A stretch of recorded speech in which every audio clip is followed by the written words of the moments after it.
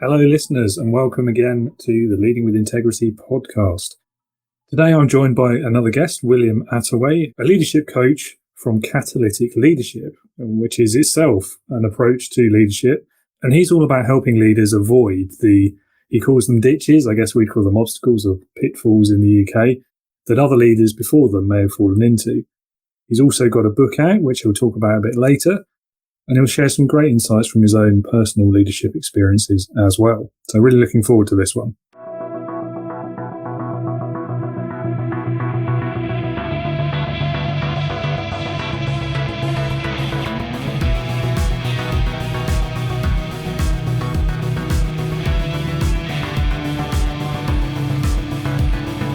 Welcome to the Leading with Integrity podcast. Leadership talk for the modern manager. With your host, David Hatch.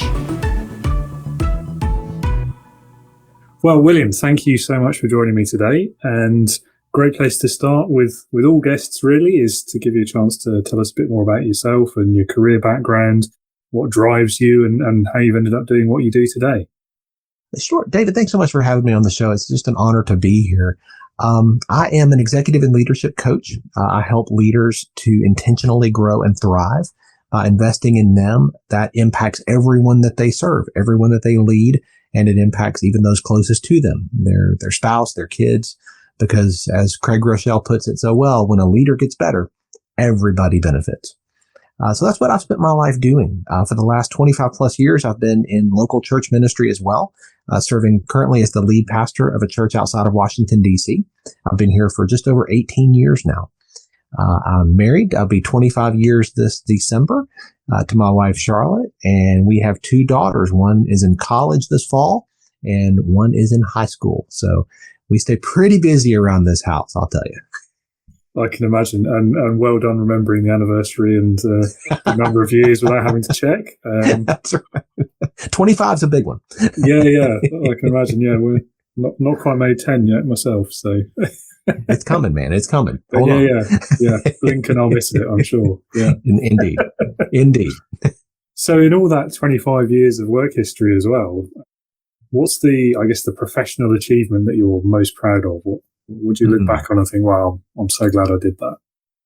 You know, I transitioned into local church ministry from the business world, and throughout both contexts, in business and in the nonprofit realm, what I've discovered is that leadership is transferable, that there are principles that apply no matter your context. And I think the thing that I'm most proud of is the leaders that I have been able to pour into throughout that journey, over the last 30 plus years, to invest in them, to pour into them and help them achieve things that they might not have even thought were possible, goals and aspirations that they had, and to lift them up and encourage them in such a way that they now have the confidence, the skills, and the ability to move into that next chapter. I love being able to do that. Yeah, they do say, don't they, the greatest leaders create other leaders. So, it's exactly what you're talking about there. So we both kind of operate in a similar field. Mm-hmm. And you probably have worked with a lot more leaders and managers than I have. One area where we're probably in complete agreement, I suspect, based on what you've said so far, is personal development. And kind of this idea of lifelong learning and how important that is for leadership. How important do you think it is to have kind of a personal leadership growth plan? And how would you define that as well? I think the old adage is true. Failing to plan is planning to fail. If you don't have a plan, how do you know that you're moving in the right direction? How will you know when you achieve the bullseye of the target? And how will you know when you miss? A plan helps you to do that. It gives you benchmarks along the way. It gives you a goal to shoot for that then when you get there, you set another goal and then another. That type of a plan is something that doesn't just happen. I've never met a leader who woke up one day and said, oh, wow, I'm a fully developed, mature leader. I don't know how that happened. I didn't mean for that to happen, but here I am. It doesn't work like that. It takes intentionality. It takes a plan. And so what I do is I help leaders to develop what that plan is going to look like. There are so many elements to this. It could be, the intentionality of the books that you're going to read, what you're going to ingest mentally, intellectually. It could be the conferences, the workshops, the seminars that you're going to attend that are around targeted areas that are going to help you grow in areas where you need growth. It could be the people that you're going to spend time with, because the people around you have so much of an impact on your success or failure in life. You can't always choose those people as well. Particularly in the professional world, quite often you just get lumped with people, don't you? Sometimes you do. But, here's what I find, that in the time that you do get to choose, so often people choose by default. They don't choose intentionally. And when you spend time with people whose bent is negative, who see the glass as half empty and things are terrible and it's just going to get worse. And well, guess what? Over time, you start to bend that way. Conversely, when you spend time with people who are like, hey, the glass isn't full yet, but it's going to be, just wait, we're going to get there. Keep going. Guess what? Over time, you start to bend that way. And I think that this is the intentionality of growth, that when you choose to spend time with people who are going to help you move toward where you want to be, man, that has such an incredible impact on your life and your leadership trajectory. And that's part of a growth plan. Choosing to spend time with people who are farther down the road than you are in certain areas, who are going to challenge you and encourage you, and who are going to help you.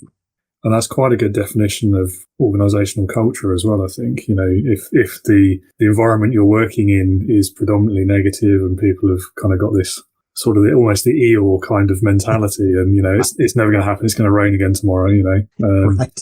I've worked in a place like that. I was that person for quite some time. And it becomes self-fulfilling, doesn't it? Because everyone just gets stuck in that vicious cycle.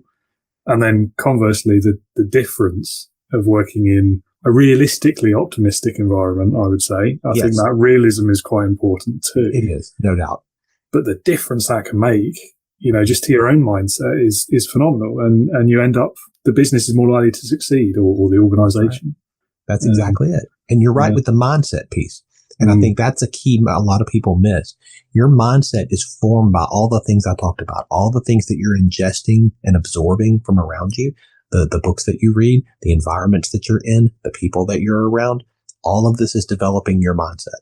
Yeah, absolutely. And the realism piece as well. I'm thinking back to, I won't name names, but another organization where I worked, where it was almost like relentlessly positive, in spite of any evidence that suggested maybe we should be reevaluating a certain thing or a project or a product or something. It was, no, everything's going to be great. And funnily enough, it wasn't, because there was no realism there. There's no adjustment for things that aren't going in the right direction. You take an integrity hit when you do that, when it's an unrealistic optimism, because people are going to see right through that. There has to be a transparency and authenticity in this. But a leader's job truly is to be relentlessly optimistic, realistic to be sure, but relentless. Nobody should have more confidence and hope and faith in the future than the leader. If a leader doesn't have it, no one else will. Well, quite. Yeah. And you can say that about anything, really, couldn't you? I mean, it all filters down from the leader, doesn't it? That is true. Yeah. Which I guess leads quite nicely into the next question, which is, why do you see evaluation as so important? Yeah, I tell you, I think experience does not make you better. And I say this a lot. People think experience is what makes, well, they've got 12 years of experience in this field. That doesn't necessarily mean they're getting better. You just could have 1 year of experience repeated 12 times, but you didn't get any better. You didn't learn anything. Experience doesn't make you better. Evaluated experience makes you better. And this is why evaluation matters so much. One of the things that I do with our team currently is we evaluate everything, right? And the consistency with which we evaluate centers around 3 questions. We ask what went right? What are the wins we can celebrate? Because so often leaders skip that part and they don't celebrate the wins. They are on to the next hill, the next mountain. Like, we got to attack the next problem. And you focus more on problems than on wins. But again, this is part of training your mindset to recognize the wins and to celebrate those. What went right? Let's celebrate that. Then what went wrong? What didn't go well, right? What do we need to call out and recognize? And then the last question, how do we make it better next time? And that's where you translate the first 2 into learning that you then take forward, so that the next time you come into a similar situation or a similar environment, oh, okay, now there we go. Yeah. Okay. You know what? I learned this last time because you processed that learning. Yeah, it's quite right, particularly about the wins and not just celebrating those, but actually looking for, well, why did it go well? Because I think it's far too easy, and maybe it's a human thing. If something's successful, we don't question it. It's like, brilliant, that's great. Yeah. Move on to the next one. But you're missing the opportunity for learning there, I think, because you've not taken what's to be learned from that success, so you can apply it next time. Exactly. Or not, you know. And that's the power of evaluation. I mean, too often leaders don't stop and evaluate, particularly around the wins. This is something that I'm encouraged, and I coach leaders to do every single week as part of your weekly review. Like, think back over your previous week. What went right? Think about your conversations, your meetings, all these things. What went wrong? How do you make it better next time? You do that evaluation weekly. You're building a rhythm into your life where evaluation becomes part of who you are. And that means your experience isn't simply 1 year repeated 12 times, but every year you're getting better. Brilliant advice, I think. I hope so. Yeah, definitely. And we talked a little bit there about learning from that experience and why evaluation is important. And so leading into that then is how you're actually measuring that kind of the growth and the impact you're having as a leader, because those are quite intangible concepts. Oh, for sure. So how can leaders keep an eye on their progress? I think you have to define metrics that are going to measure your growth in certain areas. A lot of people will say, well, you can't really measure what I do, particularly in the nonprofit realm. You can't really measure what I do. It's intangible. I understand what they're saying. The fact of the matter is, I think that's just lazy thinking. Of course you can measure what you do, because we measure what's important. We measure what matters. You would never just go out and spend and never pay attention to the balance in your checking account. Why?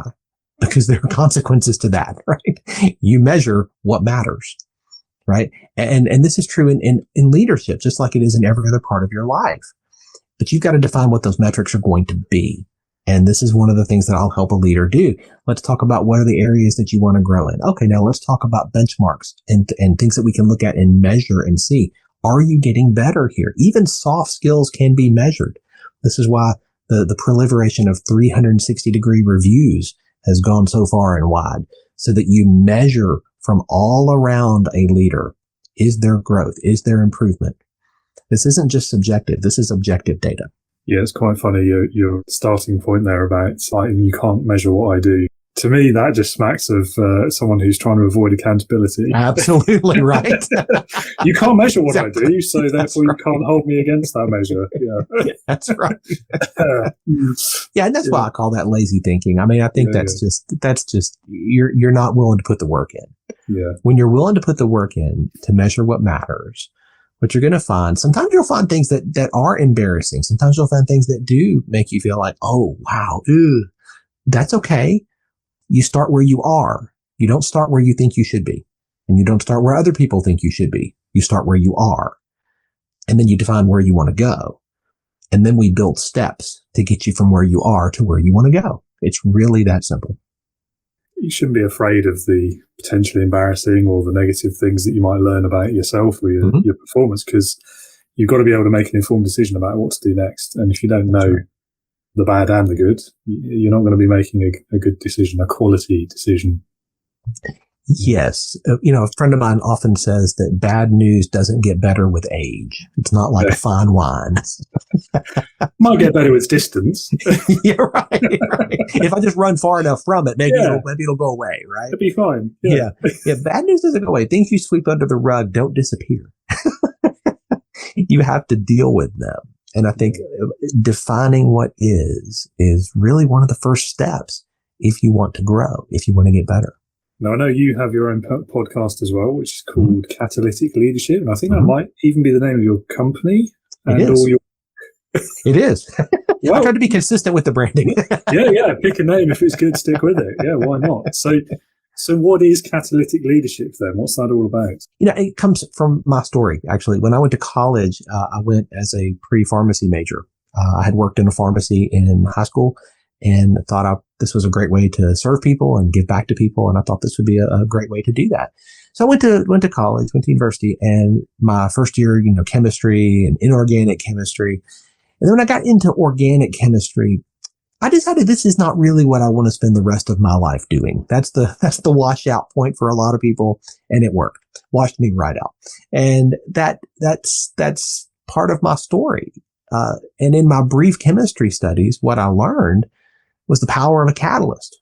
A catalyst is something that you introduce into a mixture to incite or to accelerate significant change with the intention of making an impact.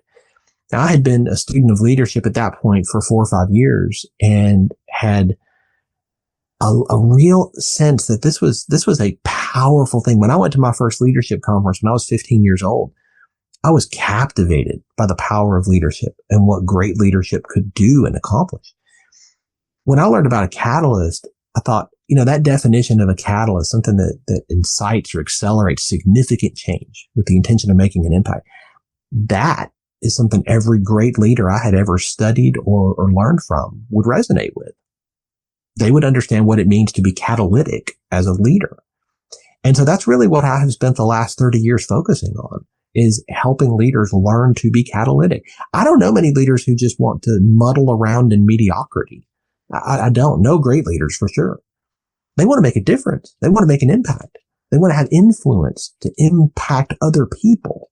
That's being catalytic. And so what I've tried to do over time as I have led in my own journey in the business world and the nonprofit world, and then coaching other leaders for the last 20 plus years in a variety of different contexts, I've seen these threads or these themes that run through what it means to be catalytic.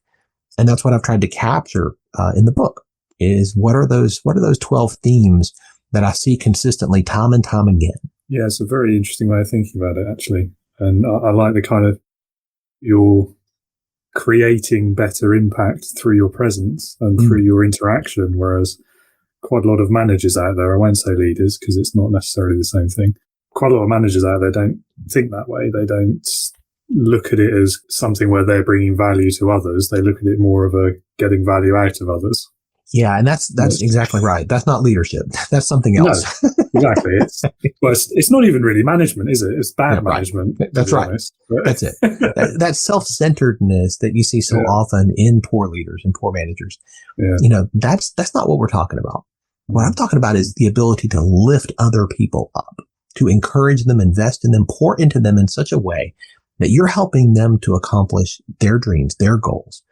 And what you're going to find is that doesn't mean they're going to run off and leave. That means they're going to lean in, because all of a sudden they have found a leader who sees them as a real person, not just a cog in the machine who accomplishes a task, but a real 3D human being who has a life outside of what happens during 9 to 5 or whatever your hours are. And people lean into leaders like that. Absolutely. I can see some parallels there with some of the kind of the theoretical approaches like servant leadership, for example, that kind of jumps out. So it's clearly a very modern approach, shall we say. Yeah, absolutely. I think every leader should be. I heard Patrick Lencioni say this one time, and I think he's spot on. He said, we talk about servant leadership like there's any other kind.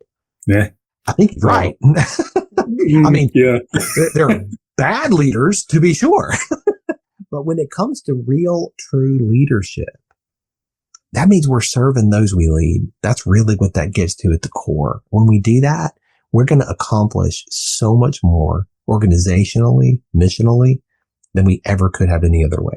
It would be nice, wouldn't it, if it was literally the only approach out there? It would, wouldn't it? And there weren't people out there doing it other ways. Hey, one leader at a time. We're going to make a difference. We're going to see that happen. Let's go. Yeah, I'm all over it. So something else I'd love to hear more about, actually, is your experience in the pharmaceutical sector, because particularly in the States, that has, there's Netflix specials about its reputation, shall we say. So how does your experience kind of tally up to that? in going into the pharmacy program? Yeah. I mean, I was only in it for a year and a half. Right. Okay. Well, maybe that says it all. I think if that's your bent, if that's your skill set and your bent, the sciences, then I think that's fantastic. Ultimately, I pursued a different course centered around history and theology. And my doctorate is actually in Old Testament with a focus in biblical backgrounds and archaeology. Archaeology is a different science, different type of science, a whole different way of thinking about the world, a whole different way of thinking about what I do than chemistry was. chemistry man, that ate my lunch. It was in a large setting, and it was not individualized attention and focus. I mean, I was in a classroom with hundreds of other people, and the intent of those early chemistry classes is not to cheer you on and see you succeed. It's really to wash out the ones who aren't, the top of the field. And that's certainly did that with me. I changed directions pretty quickly. Yeah, it sounds like that was probably for the best. Absolutely. And I think that's a good point, David. I think we should key in there. There is no such thing as a wasted experience. No. In any of our lives. Every experience we have contributes to the person that we are and the person that we're becoming. And we can learn from anyone or anything. Sometimes we learn what not to do. And that can be incredibly valuable. I learned what not to do in that case. I don't want to chase that. I don't want to pursue that. But I also learned what happens when you're not invested in and poured into, and you don't have someone cheering you on and wanting you to succeed. And I learned, hey, you know what? That's not the type of leader I want to be. That's not the type of teacher I want to be. I've taught in university settings myself. And as I do that, I want to cheer on my students. I want to see them all succeed and thrive. And they're not going to have a bigger cheerleader than me, because that's how I want to lead. But that comes out of my story. That comes out of something that I experienced. And I think that's the key here. The importance of having that teachable spirit, where you're going to look for a learning in any environment, in any circumstance or situation. I wake up every day and I choose to be teachable, because I think learning opportunities are all around us. So often we're just not paying attention. I want to pay attention. I want to be the most teachable person in every room I'm in, whether it's a virtual room like this or whether it's a physical room. I want to be the most teachable person there, because I want to learn. I want to grow. I want to get better. Quite right too. Yeah. It's a lot easier to learn something if you're interested in it. And we could talk maybe about, the best teachers are the ones who sort of foster that interest and make you excited about the subject. But I think also ultimately on the other side of that, you can't force yourself to excel at something that you don't really care about. That is true. That's exactly it. That's exactly it. Chicken wire diagrams did not excite me. Yeah, well, fair enough. Yeah. I'm not sure they'd excite many people. Don't want to offend any chemists out there. But. And yes, it's all worked out for the best, hasn't it? So there we go. It has. No wasted. I just keep going back to that. Yeah. Talking about leadership and management itself, then, what are the biggest kind of lessons you've learned over all your time in the field and your, I guess, the sum of your career so far? I think the most important thing, and the one thing that I try to communicate to leaders any chance I get, is the importance of what we were just talking about, the importance of cultivating a teachable spirit. You're not going to wake up one day and have it without meaning to have it. It's not how that works. What happens so often is a leader will step into a role, and that role is challenging and new and fresh, and they don't know how to do it yet. And so they're constantly in learning mode. But over time, they settle in and they get more comfortable. And what I have found is that a leader will often then transition from that learning mode into more of a maintenance mindset. And that just causes you to drift. You don't have your foot on the pedal anymore. You're just drifting. Well, you never drift into excellence. You always drift into mediocrity. And that's what happens. And it's not because they intended to. Nobody aims for mediocrity, I don't think. But that's what happens when you begin to drift and you choose to take your foot off the pedal and stop being teachable. This is why this is something every day I think about. And this is something I coach leaders to think about every single day. Every coaching client I have, I'm telling them, this is important. This matters. This is a daily discipline you need to build into your life. You need to maintain a teachable spirit, cultivate it any way you can in your life. Because if you do that, that is going to make a greater impact and difference in your leadership than anything else that you can possibly learn. Learning to be teachable will make the difference. And do you think the environment has to be there? I mean, if we're thinking about maybe sort of the earlier career leaders, the middle managers, not the people who actually have any real say over, say, training policy, for example? What are sort of some strategies, perhaps, to help maintain that teachable spirit if you're not able to control that environment that you have to work within? Sure. I think you create your own mental environment. I think you get to create what's going on in your head. And the creation happens through some of the things we've talked about, the books that you read, the workshops or seminars or conferences you're a part of, the people that are around you, the environments that you're in. I want to be around people who are going to challenge me and inspire me to go farther than I currently am. That means I'm going to choose to spend time with people either through their books or by hearing them speak or getting into their presence. I want to be around people who are farther down the road, who are going to call out a greater level of excellence in me. That is a choice I get to make. Nobody else determines the books I read, right? Nobody else determines the workshops or conferences that I'm going to choose to go to. I get to make those choices. And I think most of your listeners do too. And if they don't at work, if they're locked into, you have to do this training or you have to be in this environment, that's fine. Your workplace, they say during these 40 or 50 hours, you got to do what they say. That's the exchange for the paycheck that you get, right? But there's 168 hours in a week, David, and we're going to spend a lot of those sleeping. We're going to spend a lot of those working, but you get to choose how you're going to spend the rest. Yes. Goes back to mindset again, doesn't it? It does. Yeah. All right. So changing tack a little bit then. So we talked about some of the lessons learned. What are if you had to pick, say, the top 3 mistakes that you've seen leaders make, what would those be? I think ego would be near the top of that list, allowing pride or arrogance or ego to get in the way. Because the minute it becomes about you, then it's no longer about the people that you lead. And if it's about, building your kingdom or building your platform or name or whatever, that's not leadership anymore. You're not focused on serving those you lead. So I think that's a big one. And it's a ditch that I've seen a lot of leaders fall into. They begin to think that they are above the team. They are above the mission. They are above whatever. And without accountability and without a consistent plan that you're working into, it's a trap I think too many leaders are going to fall into. This is why structures and systems matter so much. I'm a systems guy. I think you can build systems in your life that are going to help you. Or you cannot do that, and you're going to find yourself hitting just about every ditch along the way. Well, you get to pick. I mean, I'm not going to live long enough to make all the mistakes myself. I'd like to learn from as many other people as I can how to avoid those ditches. So that's what systems do. And this is what I help leaders to do, to build personal systems that will help them to do that. So I think ego is a huge one, a huge problem that I've seen in leadership. Another one is somewhat related, but forgetting, like losing the ball, forgetting, hey, what's the main thing?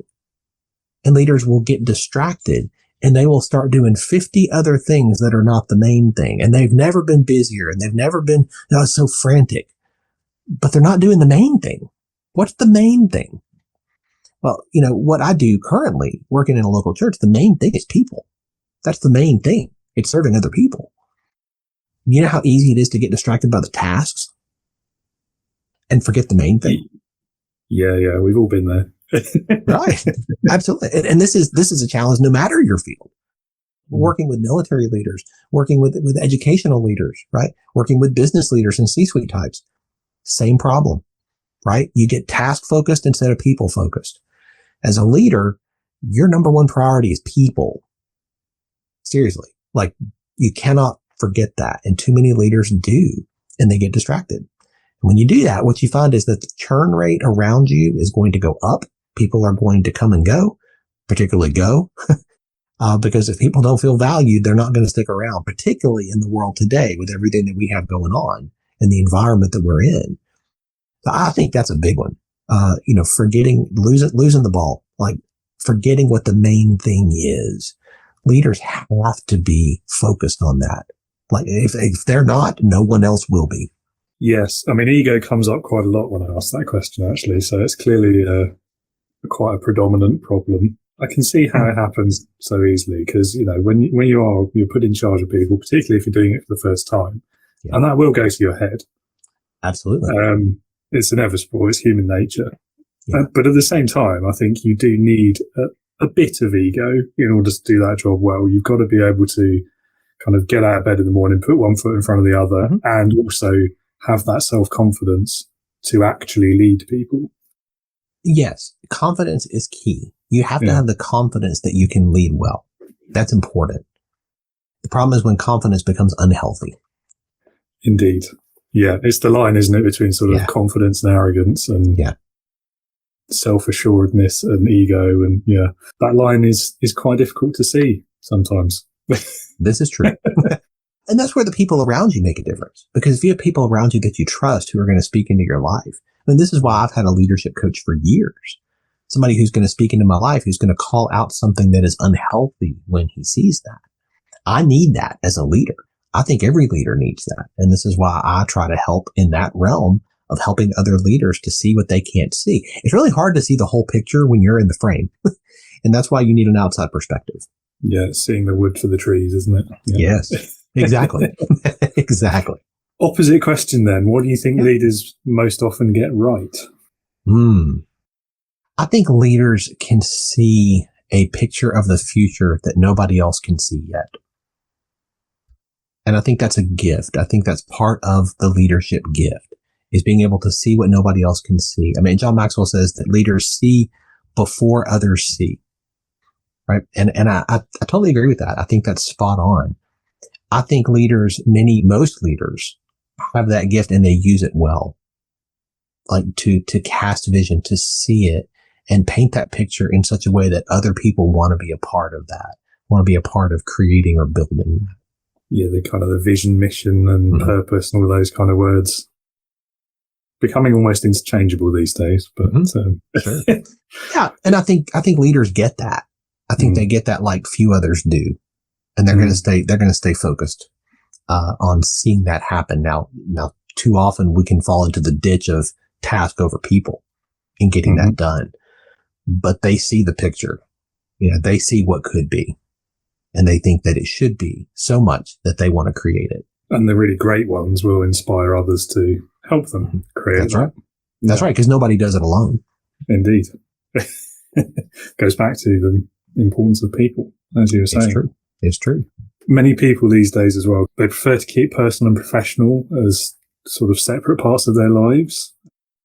We mentioned earlier about everything going on in the world, and obviously the pandemic's the big elephant in the room, isn't it? Indeed.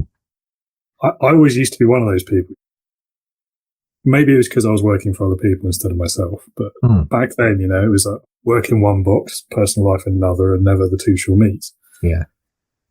How realistic is that, though? Because the personal surely is always going to impact your career and your work. I will often talk about this in terms of a paper plate. Thanksgiving, which is a holiday here that we celebrate in November, right? And it's a big food holiday, right? Lots and lots of food. And there are these plates that you can get, which will have compartments, little walls that will separate your sides and your main dish, right? On the plate, it's these little walls in the plate. I like that because I'm one of those folks that doesn't like their food to touch. And I think each food has its own flavor and I want to enjoy it as it is. I don't want to mix it all together. I know what it does down here. I get that. But up here, I want to enjoy each food's flavor. So those little walls are fantastic. I think so often we see our lives like that. Like we can just wall off different parts of our lives and this part doesn't touch this part and doesn't touch this part. And that's a cute myth. I think we inherited this from the ancient Greeks. I think that's a cute myth that is not true. The fact of the matter is every part of our life touches and affects every other part of our life. And if you think that's not true, just think about when things are not going well at home, if that has any impact at all on what happens at work. Well, of course it does. Of course it does. And vice versa. If things aren't going well at work, how is that going to impact things at home? Of course it's going to bleed over. That's how it works. We are created as integrated beings, right? So every part touches every other part. This is why it's important to have health in every part of our life and not say, well, this part can be unhealthy, but everything else I want to focus on. Well, you can do that, but that's like saying I want just one section of my tire I'm not going to worry about, but the rest of the tire on my car I want to be fully inflated. Well, good luck with that, because you're going to end up on the side of the road. And at the end of the day, it all happens in the same place, doesn't it? It's all happening in your mind, in your brain. That's how you're experiencing it. And that's right. I'm certainly not a biologist or a brain surgeon. I don't understand enough about how the brain works, but I do know that everything in there is all connected, isn't it? So yes, indeed. Indeed. And you can't wall it off. You just can't do that. Yeah. And I suppose trying could be quite damaging, really. Well, what you'll find is that it will bleed over anyway. Yeah. You can try to wall it off. And some people are better at compartmentalization than others. You can certainly try. But at the end of the day, you are one person. And integrity, being a person of integrity, means that all the parts of your life are integrated, meaning you're not one person over here and another person over here. And I think that's why approaches like authenticity are so powerful, because you are acknowledging the differing elements of that kind of experience and how they will impact the others. Absolutely. Yeah. So it's fair to say, though, I think, as I mentioned earlier, this kind of the great blurring of that personal professional line, sort of in practical terms as opposed to mental terms, obviously with the pandemic and work from home and all of those things. So do you think that kind of blurring is a good or a bad thing then? Yes. I think there's some great things about it. I work from home 5 days a week. 2 days a week I'm in the office. That means less commuting. So I'm wasting less time in the car. I'm wasting less time, that I could be being productive with. That's a positive thing. And I think a lot of people have discovered that with work from home. If you're in a field that allows and encourages that, you've discovered that you've got more of your life back, and you get more freedom to create more balance. But there are dangers in that as well. You also have a blurring between work and home, because you work from home.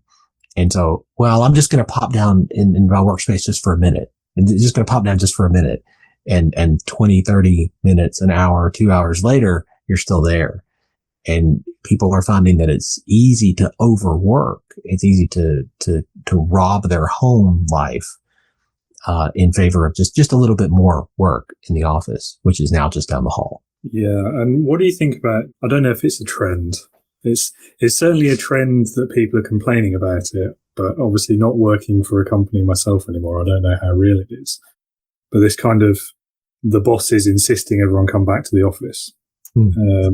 Is that perhaps because certain bosses are assuming that actually that blurring is going the other way and it's not actually in their favor? People aren't working more because they're from home, they're working less. Or is it just kind of some control freak thing? What do you think? I think there's a fear that people are not working as hard when they're off site. I have not seen that in reality. In fact, I've seen the opposite. I've seen that people are overworking when they're working off site because it's hard to create that hard balance, that hard cutoff. I think that drive for some leaders to want to make everybody back in the office it's because it's what they know. It's what's comfortable.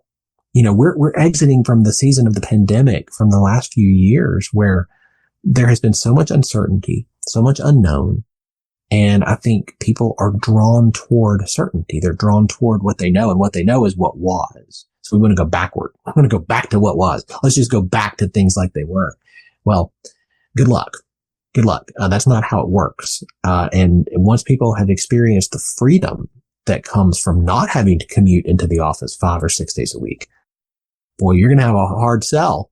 And that's what a lot of those bosses are finding. They're finding that, hey, I'm trying to lead them to do this and they don't want to. And as I look at their productivity, their productivity hasn't dropped at all. Is it possible there's a different way to do this and accomplish what we're trying to accomplish that can leverage the strengths of work from home? I think so. There's a quote that I have here on my monitor, and I've had this for a couple years now. This was from early in the pandemic. Professor of leadership and management at Harvard Business School, Amy Edmondson, said this. She said, "Too many are asking whether we will go back to normal. To me, the problematic word is back. There is no going back to pre-COVID times. There is only forward to a new and uncertain future that is currently presenting us with an opportunity for thoughtful design. I love that quote. That is what I have been leaning into these last few years. This is an opportunity to thoughtfully design a way forward. Instead of trying to say, let's just go back, let's just do what we were doing before, let's just go back. I want to go forward, but I want to go forward with this idea that we have an opportunity to thoughtfully design what we're doing and how we're doing it for the benefit of everybody involved. I want my team to thrive in their lives, all of their lives, not just what I see at work. I want them to thrive all over because they're actual human beings. And I want them to thrive as a human being. I want every person we interact with to thrive. How do we create that environment? We've got an opportunity. And sometimes that means we're going to throw some spaghetti at the wall and we're going to see what sticks. We're going to try new things that aren't going to work. That's okay. Let's keep moving forward though. Let's not just try to go back to what was because it's comfortable or because we think if we can just get back to that, then things will be back to normal. Yeah. Okay. Well, there is no going back. I think Edmondson is spot on there. I agree. And it's a very good quote. And I think you're absolutely right in wanting your people to thrive, in their whole lives, not just work. Because again, it goes back to what you were saying earlier about the personal will always impact the professional. So you want both to be good in a good place. Absolutely. And if people feel cared for in that way, cared for holistically, and I think they're going to lean in to you as a leader. They're going to lean in organizationally, and you're going to see greater productivity, greater commitment. But when you try to demand of them something that is now overcome by events, well, you might find yourself on the wrong end of that particular stick. And then, of course, there's hybrid working. Sure. Which you obviously do yourself. And sure.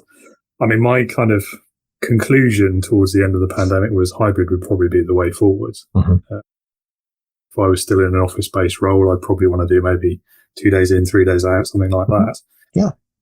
Do you think, though, that hybrid is maybe just a compromise to kind of placate those bosses? Or is it really going to be that kind of the intentional designed way forward? I think it depends on what you do. I think there are some roles that can be fully remote and fully productive in that. But I think there are some roles, particularly those around relationships and people, that there is no substitute for being in the room. There is no substitute for being in the presence of other people. Some people respond really well virtually. Some people don't. Some people can handle that and relationally connect over Zoom or over Google Meet just like they do in person. And some people don't. We've got to make sure that we're not saying this is the only way. This is one way that fits everybody. Careful. You got to be sensitive to that. You got to, I have one-on-ones with my direct reports every week. And some of those are virtual and some of those are in person. You know why? Because that's how they want them. That's what works best for them. And I'm going to lean into that because I want to serve them the best way I can. So for the ones that want to be in person, we make it happen. For the ones who are fine virtual, we make that happen. One is obviously easier than the other, but easy is not the bar. That's not the metric I'm after.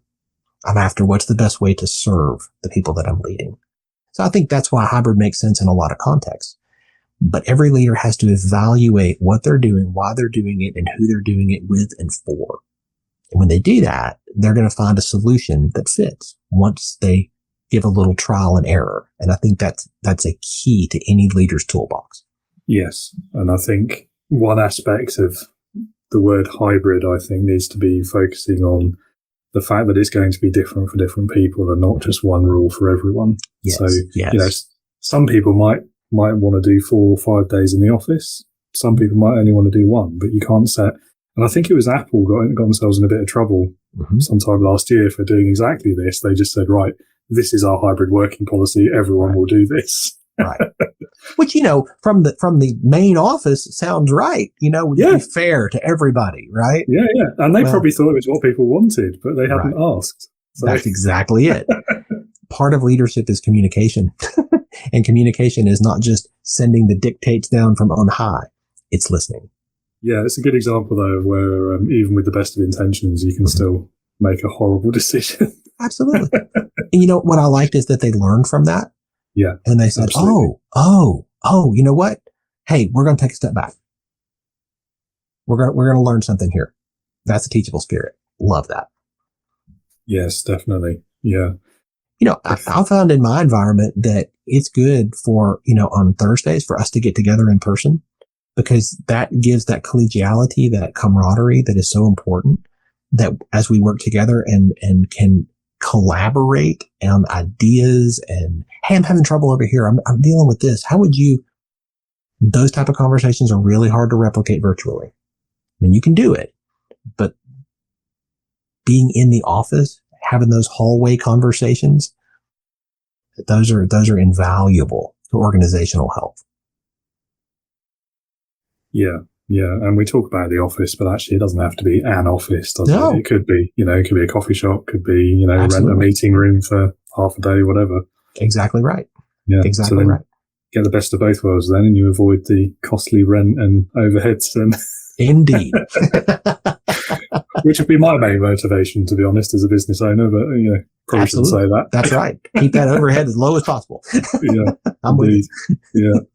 And all of this, obviously, is we're talking about changes here and how leaders deal with those. So that leads again into the next subject, which is, why is it so important to never stop leading change? Mm. Because growth only happens on the other side of change. And I think every leader intuitively knows that, because they see what could be, they see that picture, and they know it's going to take change to get there. They know that growth is only on the other side of change. So if you want to grow, that's in your personal growth. If you want to grow as a team, if you want to grow organizationally, it only happens on the other side of change. It's not going to happen accidentally. It's going to happen intentionally. And that means you've got to determine what changes are necessary. And the only way to determine that is through evaluation, just to tie a bow and connect everything together, right? By evaluating, you determine what needs to change. And by executing those changes, then you begin to move toward growth. And you're talking actually really about seeking change, whereas the natural human kind of response is to avoid change and see change as a bad thing. Yes, that's exactly right. That's exactly right. Yeah, that's a very good point. Absolutely. Yeah, I think, you know, there's I heard it said one time, the only person who likes change is a wet baby, you know, and I think that's funny. It's not quite true. I would add to it, or the person whose idea the change was. If the change is your idea, you're great with it. Too often we push back on change that wasn't our idea. Yeah, definitely. And I think we've all been through experiences like that, particularly in the workplace. I think there are some people out there though who have enough objectivity they can see if they think the change is going to be good for them, then they do get behind it. And I guess leadership in that scenario, their role is make everyone think it's in their interests. Yeah, absolutely. You've got to help people understand, people that you lead, you've got to help them understand why this is necessary, why it's important, and how it's going to benefit them. That's part of the job of a leader. Because truly, I laughingly say this a lot.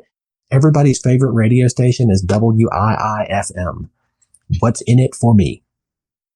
I mean, that's what everybody's tuned into.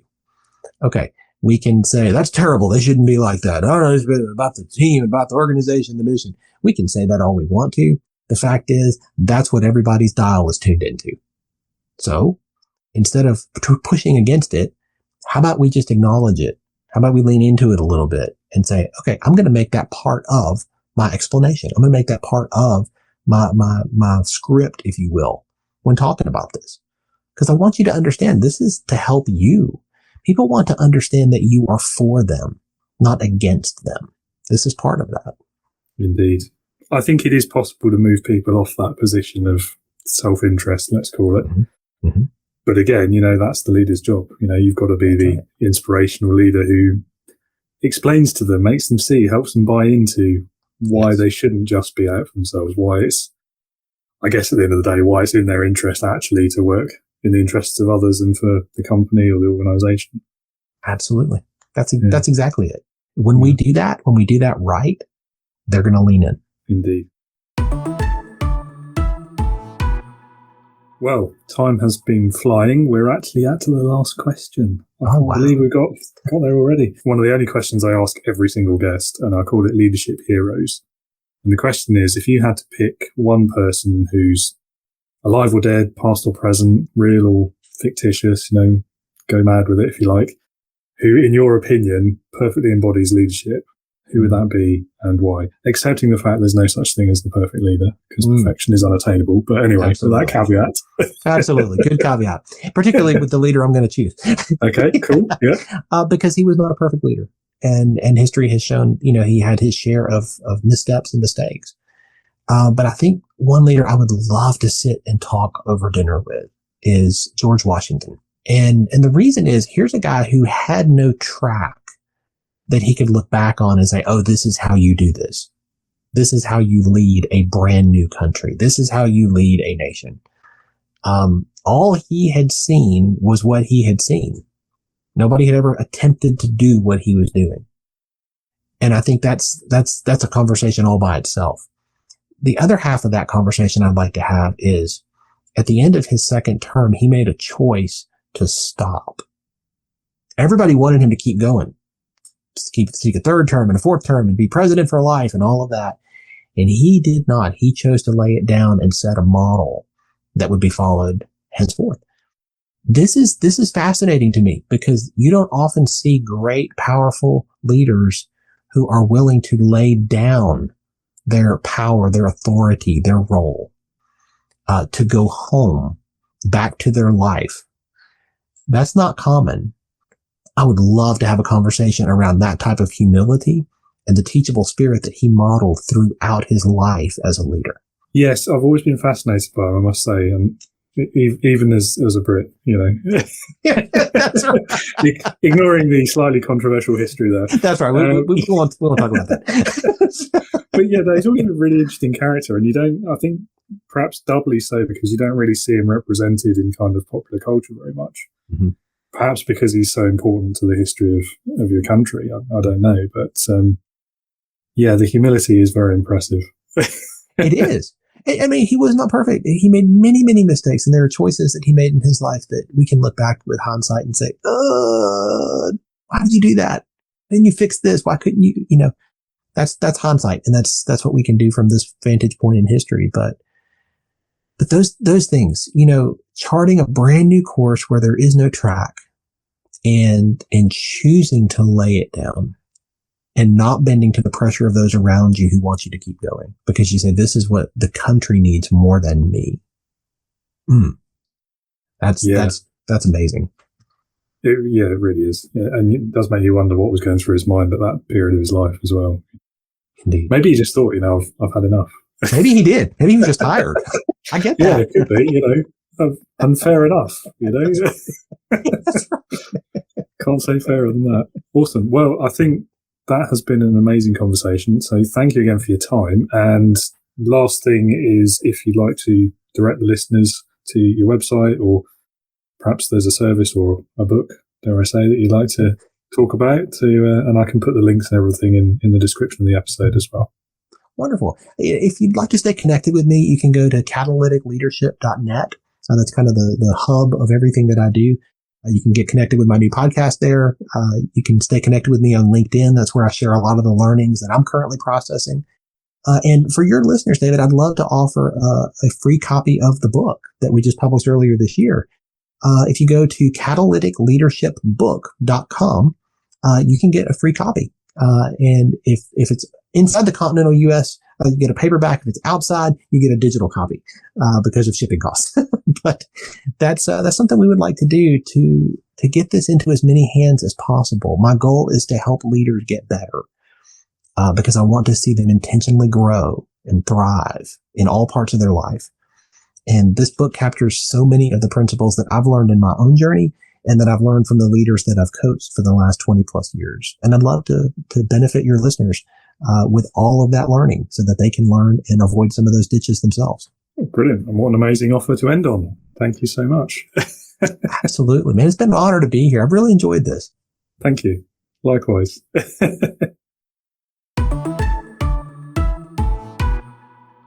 What a great chat. Thank you again, William, for your time and for your thoughts on leadership. It was a really good discussion. Again, seemed to have covered the pandemic and remote working, but I still find it interesting, so never mind. If you'd like to learn more about what William does and get that free copy of his book, I will put the link in the episode description, so you can check that out as well.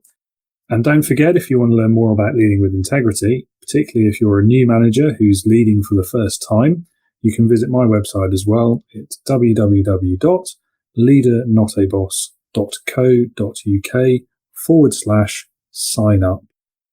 And you can get access to the mailing list as well as an exclusive online leadership community.